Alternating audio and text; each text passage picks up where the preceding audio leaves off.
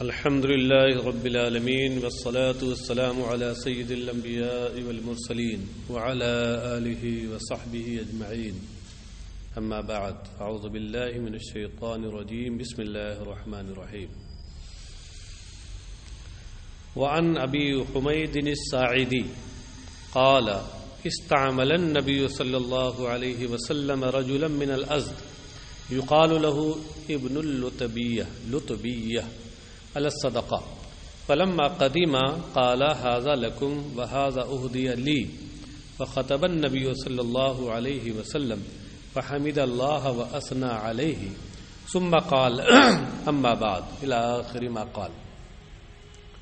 حضرت ابو حمید ساعدی سے روایت ہے، انہوں نے کہا کہ نبی اکرم صلی اللہ علیہ وسلم نے قبیلہ ازد کے ایک شخص کو جسے ابن اللتبیہ کہا جاتا تھا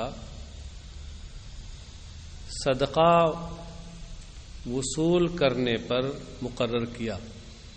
استعملہ کا مطلب ہوتا ہے عامل بنانا، کسی کام پر لگانا.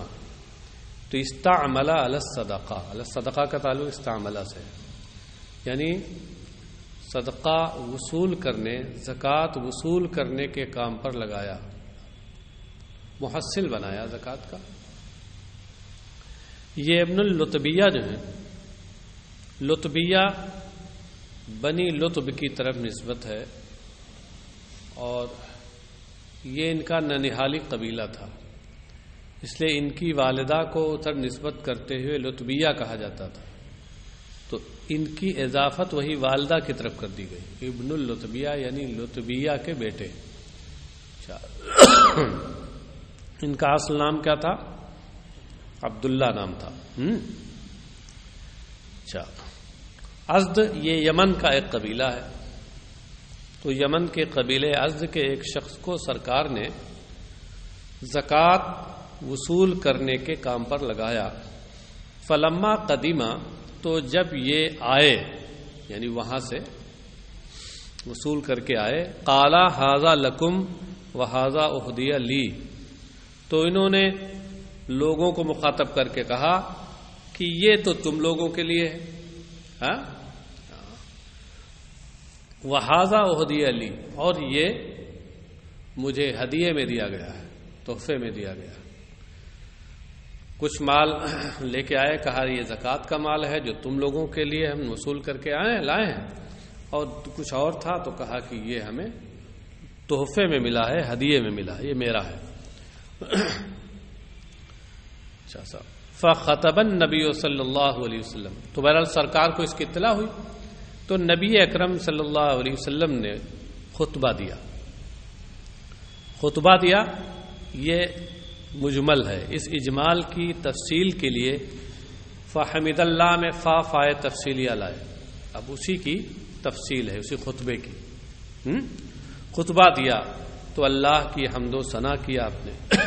ثم قالا، اور پھر ارشاد فرمایا، اما بعد، کہ اللہ کی حمد و ثنا کے بعد، انی استعمل رجالا منکم علی امور مما ولانی اللہ فیاتی احدہم فیقول ھذا لکم وھذہ ھدیۃ اہدیت لی فہلا جلس فی بیت ابیہ او بیت امہ فینظر ایہدی لہ ام لا والذی نفسی بیدہ لا یاخذ احد منہ شیئا الا جاء به یوم القیامۃ یحملہ علی رقبتہ ان کان بعیرا لہ رغاء او بقرا لہ خوار او شاة تیعر ثم رفع يديه حتى رأينا أفرة إبطيه ثم قال اللهم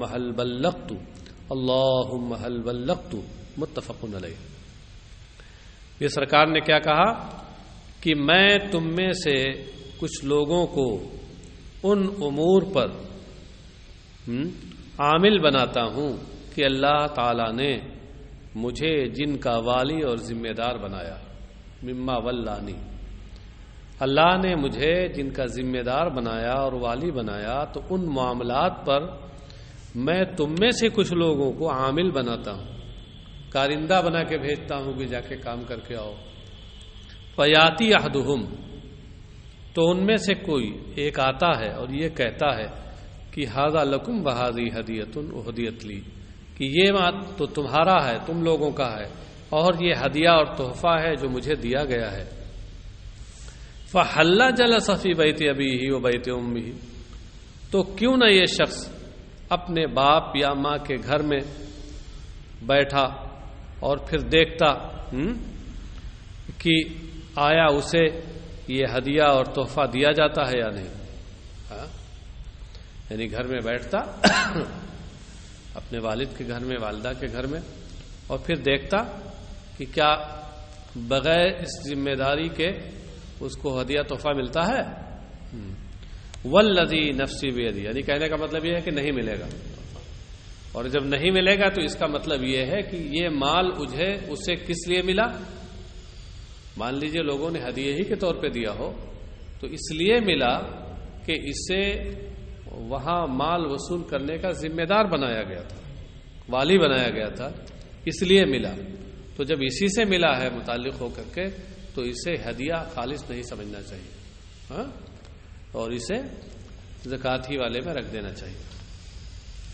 والذی نفسی بیدہ، اور ذات کی قسم جس کے دست قدرت میں میری جان ہے، لا یاخذ احد منہ شیئا الا جاء بہ یوم القیامہ یحملہ علی رقبتہ، کہ اس میں سے کوئی شخص جو چیز بھی لے گا تو قیامت کے دن اسے اپنی گردن پر لادے ہوئے لے کر آئے گا.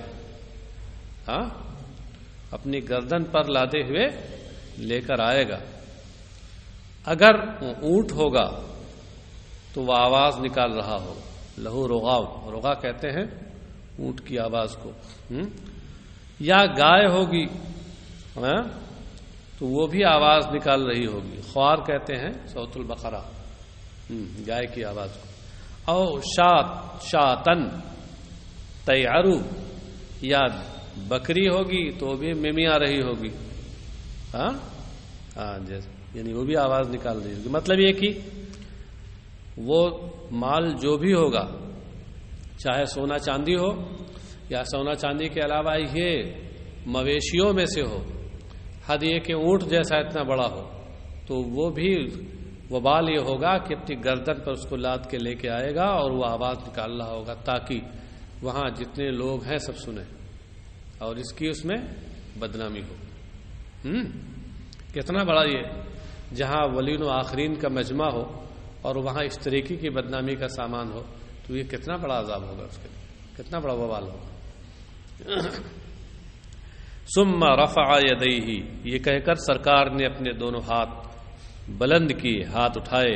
حتی رأینا عفرۃ ابطیہ، یہاں تک کہ میں نے سرکار کے بغلوں کی سفیدی دیکھ لی.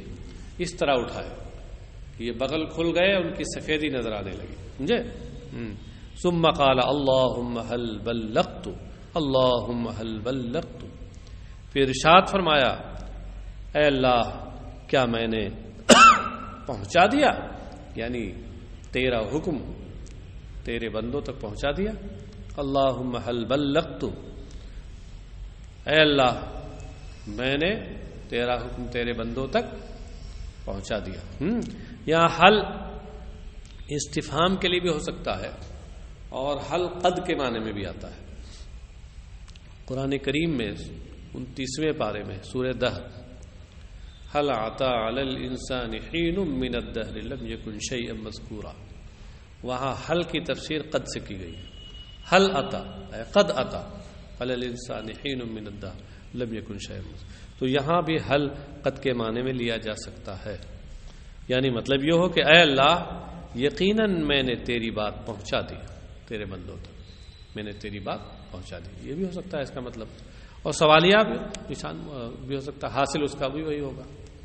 یہ حدیث متفق علیہ ہے، یعنی امام بخاری اور امام مسلم دونوں نے اس کو حضرت ابو حمید ساعدی سے روایت کیا. قال الخطابی، خطابی یہ جو ایک بہت بڑے محدث اور شارح حدیث ہیں، تو امام خطابی نے کہا کہ اور سرکار کے قول حلا جلس فی بیت امہ او ابیہ فینظر ایہدا الیہ ام لا دلیل علی ان کل امر یتضرع به الى محظور فهو محظور وكل دخیل فی العقود ينظر هل يكون حکمه عند الانفراد كحکمه عند الاقتران ام لا هكذا فی شرح السنہ۔ امام خطابی نے کہا کہ سرکار کے قول اس فرمانے میں تو کیوں نہ وہ اپنے ماں یا باپ کے گھر میں بیٹھا اور پھر دیکھتا کہ کیا اسے تحفہ دیا جا رہا یا نہیں۔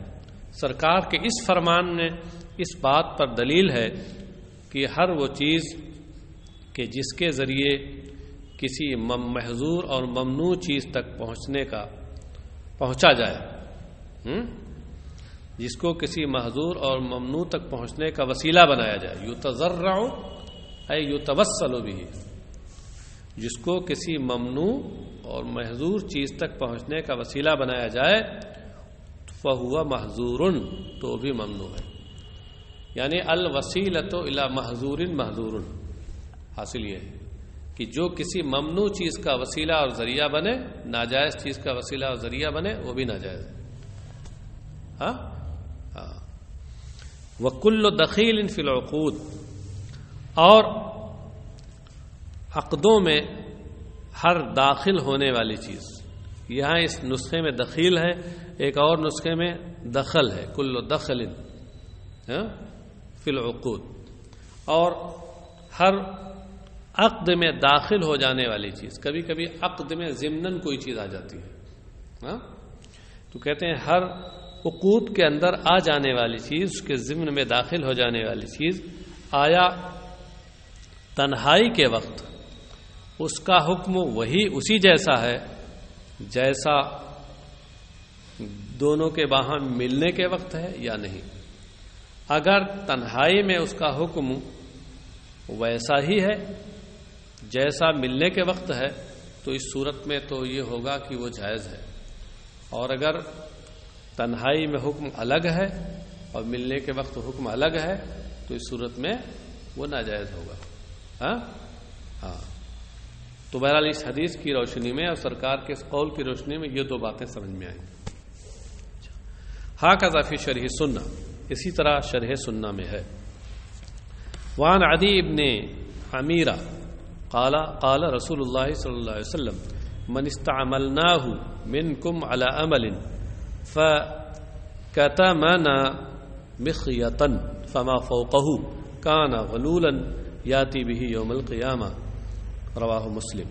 حضرت عدی ابن عمیرہ سے روایت ہے، انہوں نے کہا کہ اللہ کے رسول صلی اللہ علیہ وسلم نے ارشاد فرمایا کہ تم میں سے جس کو بھی ہم کسی عمل پر، کسی کام کے کرنے پر مقرر کریں، عامل بنائیں یعنی کسی کام کے کرنے والا بنائیں، کسی کام پر ہم مقرر کریں، فَكَتَمَنَا مِخْيَةً فَمَا فَوْقَهُ، مخیت کا معنی سوئی، خاطہ یخیتوں کا معنی ہوتا ہے سلنا، مخیت مفعال کے وزن پر اس میں آلہ ہے، سلائی کا آلہ، سلائی کا آلہ سوئی ہی تو ہے، تو پھر وہ سوئی یا اس کے سے بڑی کوئی چیز ہم سے چھپا لے تو کان غلولاً، تو وہ خیانت ہوگی جسے قیامت کے دن لے کر کے وہ آئے گا۔ یہ خیانت، غلول پڑھیے غین کے پیش کے ساتھ تو خیانت یہ مصدر ہے، اور اگر غلول پڑھیے غین کے زبر کے ساتھ تو خیانت کار ہوگا، خائن ہوگا، جسے وہ لے کر کے قیامت کے دن آئے گا۔ رواہ مسلم، امام مسلم نے سے روایت کیا۔ اس کا بھی مضمون وہی ہے جو اوپر گزرا ہے۔ الفصل الثانی عن ابن عباس قال لما نزلت هذه الآية والذين يكنزون الذهب والفضة الآية كبر ذلك على المسلمين فقال عمر أنا أفرج عنكم فانطلق فقال يا نبي الله إنه كبر على أصحابك هذه الآية فقال إن الله لم يفرض الزكاة إلا ليطيب ما بقي من أموالكم وإنما فرض المواريث وذكر كلمة لتكون لمن بعدكم فقال فكبر عمر ثم قال له الا اخبرك بخير ما يكنز المرء المرأة الصالحة اذا نظر اليها سرته واذا امرها اطاعته واذا غاب عنها حفظته، رواہ ابو داؤد۔ دوسری فصل سید المفسرین حضرت عبداللہ ابن عباس رضی اللہ عنہما سے روایت ہے، انہوں نے کہا کہ جب یہ آیت کریمہ نازل ہوئی کہ والذین یکنزون الذهب والفضة، کہ وہ لوگ جو سونا چاندی جمع کرتے ہیں، ہاں جو آگے اس میں کیا ہے ولا ينفقونها فی سبیل اللہ فبشرهم بعذاب الیم، کہ جو لوگ سونا چاندی جمع کرتے ہیں اور اسے راہ خدا میں خرچ نہیں کرتے تو انہیں دردناک عذاب کی خوشخبری دے دیجیے۔ جب یہ آیت نازل ہوئی تو اس میں چونکہ ظاہر کے لحاظ سے یکنزونا کہا گیا ہے، یعنی یجمعون، کنز کا معنی جمع، ذخیرہ کرنا، جمع کرنا، تو اس سے بظاہر ایسا لگتا تھا کہ سونا چاندی جمع کرنا ہی شرعاً ممنوع ہے، ہاں؟ اور تو کہتے ہیں کہ جب یہ آیت نازل ہوئی کبرا ذالک علی المسلمین، تو یہ مسلمانوں کے اوپر یہ معاملہ گراں ہو گیا، بہت بھاری ہو گیا۔ کبرا مانے بڑا ہونا، گراں ہونا، بھاری ہونا۔ فقال عمر، تو حضرت عمر نے کہا انا افرج عنکم، میں تم لوگوں کی اس تنگی کو کشادہ کرتا ہوں، میں تمہاری اس پریشانی کا مداوع کرتا ہوں، یعنی میں جا رہا ہوں سرکار کے پاس، میں پوچھ لیتا ہوں کیا مسئلہ ہے۔ ہاں، تم لوگ جو تنگی میں پڑ گئے ہو اس آیت کی وجہ سے کہ تم سمجھ یہ رہے ہو کہ مطلق اب مال جمع کرنا ہی ممنوع ہے، اللہ کی ناراضگی کا سبب ہے، تو میں پوچھ لیتا ہوں سرکار سے، تمہاری اس تنگی کو میں دفع کر دیتا ہوں۔ فانطلقا، تو سرکار کی بارگاہ میں آئے، یعنی فانطلقا الی جناب النبی صلی اللہ علیہ وسلم، سرکار کی بارگاہ میں حاضر ہو کر انہوں نے عرض کیا یا نبی اللہ، اے اللہ کے نبی، یقیناً آپ کے صحابہ پر، آپ کے رفاقا پر یہ آیت گراں ہو گئی ہے۔ تو سرکار نے فرمایا ان اللہ، یقیناً اللہ نے زکوٰۃ اسی لیے فرض کی ہے تاکہ تمہارے باقی ماندہ مال کو پاکیزہ کرے۔ اللہ نے زکوٰۃ اس لیے فرض کی ہے کہ جب تم زکوٰۃ دے دو تو زکوٰۃ کے بعد جو مال بچے گا وہ تمہارے لیے پاکیزہ اور حلال ہے۔ ہاں، وَإِنَّمَا فَرَضَ الْمَوَارِيثَ، اور میراثیں اللہ نے فرض کی ہیں۔ وَذَكَرَ كَلِمَةً، اور سرکار نے کوئی ایک بات اور کہی، یہ راوی کہہ رہے ہیں ذکر کلمۃ، یہ راوی کا کلام ہے کہ سرکار نے ایک بات کوئی اور کہی لیکن وہ بات یہ بھول گئے، اس لیے انہوں نے محتاط لب و لہجے میں کہا کہ وہ ذکر کلمۃ، سرکار نے ایک بات اور کہی۔ بہرحال یہ کہا کہ میراثیں اس لیے فرض کی ہیں لتکون لمن بعدکم، تاکہ وہ میراثیں تمہارے بعد والوں کے لیے ہوں۔ تو کہنے کا مطلب یہ ہوا، حاصل یہ ہوا کہ اس آیت کا وہ مطلب نہیں ہے جو ان لوگوں نے سمجھا اور گنا سمجھ لیا۔ مطلق سونا چاندی جمع کرنا یہ منع نہیں ہے، زکوٰۃ ان پر فرض کی گئی ہے، اور زکوٰۃ اس لیے فرض ہے تاکہ زکوٰۃ دے دیں تو ان کا باقی جو مال ہے وہ پاکیزہ اور حلال ہو جائے، ان کے لیے اس کا رکھنا ان کے پاس حلال ہو جائے۔ اور یہ بتاؤ کہ اگر مطلق مال کا رکھنا ممنوع ہوتا تو پھر یہ کہ لوگوں کے پاس مال ہی نہیں رہتا، تو پھر اپنے بعد والوں کے لیے وہ میراث میں کیا چھوڑتے؟ حالانکہ اللہ تعالیٰ نے میراث کا باضابطہ بیان فرمایا ہے۔ تو یہ اس بات کی واضح دلیل ہے کہ مطلق جمع کرنا منع نہیں ہے، ہاں جمع کرنا اس طور پر ممنوع ہے کہ اس میں سے زکوٰۃ ادا نہ کی جائے۔ اور آیت اسی سے متعلق ہے، یکنزون الذهب والفضہ میں کنز الذهب والفضہ کا مطلب یہی ہے یکنزون الذهب والفضة ولا ينفقونها في سبيل الله. یہ فقالا فکبر عمر. تو راوی کہتے ہیں تو حضرت عمر نے خوشی میں نعرے تکبیر بلند کیا. ثم قال له. پھر سرکار نے ان سے فرمایا حضرت عمر سے الا اخبرک بخیر ما یکنز المرء. کہا کہ کیا میں تمہیں ایک اچھی بات کی خبر نہ دے دوں. پھر وہ اچھی بات کیا ہے اس کو سرکار نے بنایا ما یکنز المرء المرأة الصالحہ. کہ آدمی جسے جمع کرتا ہے، جو مال جمع کرتا ہے، ان میں سب سے بہتر نیک خاتون ہے، نیک بیوی ہے. اب اس وقت نیک بیوی کیسی ہونی چاہیے اس کے اوصاف بیان کیے سرکار نے. جو نیک بیوی سب سے بہتر ہے. اذا نظر الیہا سرتہ. کہ جب یہ شخص اس کی طرف دیکھے تو یہ اسے خوش کر دے. مطلب یہ ہے کہ اپنے ظاہری حسن و جمال سے اور اپنے طور طریقوں سے اسے خوش کر دے اور ہمیشہ اس کی رضا جوئی اور خوشنودی کے کام کرتی رہے شوہر کی.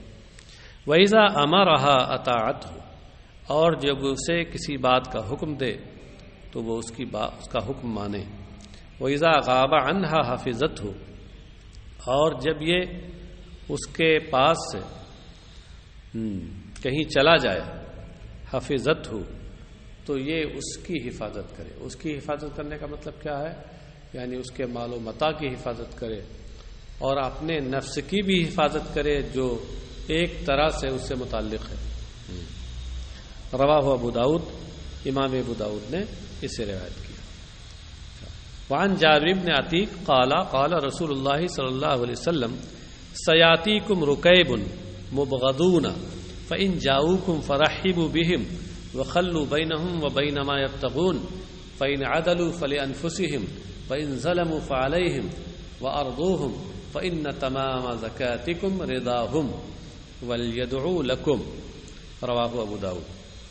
حضرت جابر ابن عتیق سے روایت ہے. انہوں نے کہا کہ رسول اللہ صلی اللہ علیہ وسلم نے ارشاد فرمایا ان قریب تم لوگوں کے پاس کچھ ناپسندیدہ سوار آئیں گے. مبغض بصیغہ اس میں مفعول. مبغض کا معنی جن سے بغض کیا جائے، جن کو ناپسند کیا جائے، ناپسندیدہ کے معنی میں. رکیب یہ راکب کی تصغیر ہے، بلکہ رکب کی تصغیر ہے. رکب بمعنی راکب. تو ان قریب تمہارے پاس کچھ ناپسندیدہ سوار آئیں گے. یہ ناپسندیدہ سوار سے مراد کون ہے؟ وہی محصلین زکوٰۃ، عاملین زکوٰۃ، زکوٰۃ وصول کرنے والے. کہ ظاہر سی بات ہے کہ یہ آئیں گے تو ناپسندیدہ کا مطلب یہ ہے کہ طبعی طور پر تم انہیں ناپسند کرو گے کہ مال وصول کرنے آ گئے. ہاں، یا تو یہ مراد ہے یا یہ مراد ہے کہ وہ طبعی طور پر خود سخت مزاج ہوں گے، سختی کے ساتھ وصول کریں گے، اس لیے ناپسندیدہ ہوں گے. ہاں، بہرحال آئیں گے. فَإِن جَاؤُوكُمْ فَرَحِّبُوا بِهِمْ. تو اگر وہ تمہارے پاس آئیں فَرَحِّبُوا بِهِمْ تو انہیں خوش آمدید کہو، انہیں مرحبا کہو، ان کا خیر مقدم کرو. ترحیب کا معنی کیا ہوتا ہے؟ خوش آمدید کہنا، مرحبا کہنا، خیر مقدم کرنا. ہاں. وَخَلُّوا بَيْنَهُمْ وَبَيْنَ مَا يَبْتَغُونَ. ان کے اور اس مال کے درمیان راستہ خالی کر دو جسے وہ چاہتے ہیں. وہ زکوٰۃ کا مال وصول کرنے آئے ہیں تو تم رکاوٹ نہ بنو اور زکوٰۃ کا تمہارا مال جتنا ہے دے دو. ہاں. فَإِنْ عَدَلُوا فَلِأَنفُسِهِمْ. تو اگر وہ عدل و انصاف سے کام لیں تو یہ اپنے فائدے کے لیے، ان کے فائدے کے لیے ہوگا. وَإِنْ ظَلَمُوا فَعَلَيْهِمْ. اور اگر وہ ظلم و زیادتی کریں گے تو اس کا وبال ان کے اوپر ہوگا. ہاں. وَأَرْضُوهُمْ. اور تم لوگ انہیں راضی کرو. ہاں، مطلب یہ ہے کہ جو مال زکوٰۃ کا بنتا ہے وہ کہہ رہے ہیں تو اس کو دے کر کے انہیں راضی کرو. فَإِنَّ تَمَامَ زَكَاتِكُمْ رِضَاهُمْ، اس لیے کہ تمہارے زکوٰۃ کی تکمیل ان کا راضی ہو جانا ہے، ان کی خوشنودی ہے. تمام کا معنی تکمیل. تمہارے زکوٰۃ کی تکمیل ان کی رضا اور خوشنودی ہے. وَلْيَدْعُوا لَكُمْ، وَلْيَدْعُوا میں لام امر ہے، اور ان لوگوں کو تمہارے حق میں دعائے خیر کرنی چاہیے. تو دونوں کے لیے سرکار نے ہدایت دے دی کہ جن کے پاس مال زکوٰۃ ہے ان کے بارے میں بتایا کہ بھائی تمہارے پاس وصولی کرنے والے آئیں گے تو اگرچہ وہ کچھ سخت مزاجی سے کام آئیں، اول تو جب آئیں تو انہیں خوش آمدید کہو، مرحبا کہو اور ان کی عزت افزائی کرو. پھر جو مال تمہارا زکوٰۃ کا بنتا ہے اور وہ دے دو. عدل و انصاف سے کام کریں گے تو ان کا فائدہ ہوگا، ظلم و زیادتی کریں گے تو نقصان انہی کا ہوگا، وبال انہی کا ہوگا. ہاں تم کوشش کر کے انہیں راضی کرو، کیونکہ جب تمہارے پاس سے وہ راضی ہو کے جائیں گے تو گویا اس کا مطلب یہ ہوا کہ زکوٰۃ تمہاری مکمل ادا ہو گئی. اور پھر ان کے لیے بھی کیا ایک ہدایت دی محسنین کے لیے کہ انہیں بھی تمہارے لیے دعائے خیر کرنی چاہیے.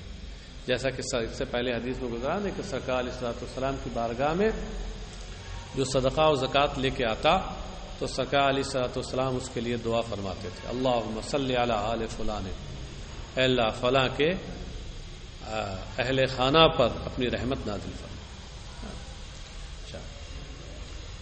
رواہ ابو داؤد.